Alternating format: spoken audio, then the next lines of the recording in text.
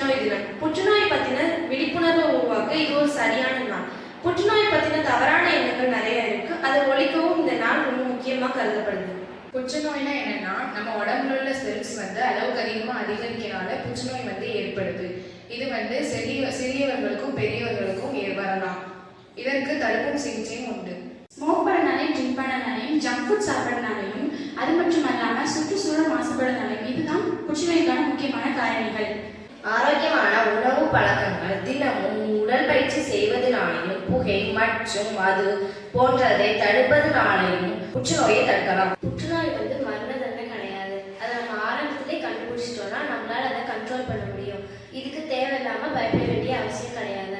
இதுக்கு விழிப்புணர்வு ரொம்ப ரொம்ப முக்கியம். இதெல்லாம் நாம உங்கள்கிட்ட சொல்றோம். உலக புற்றுநோய் தினம் நமக்கு ஒரு முக்கியமான செய்தி சொல்லுது. விழிப்புணர்வு பாதுகாப்பு ரொம்ப முக்கியம். நம்ம ஆரோக்கியமான வாழ்க்கையை நடத்தினாதான் இந்த நோய்களும் இல்லாம எல்லா நோய்களிலிருந்தும் விடுபெற முடியும். நன்றி.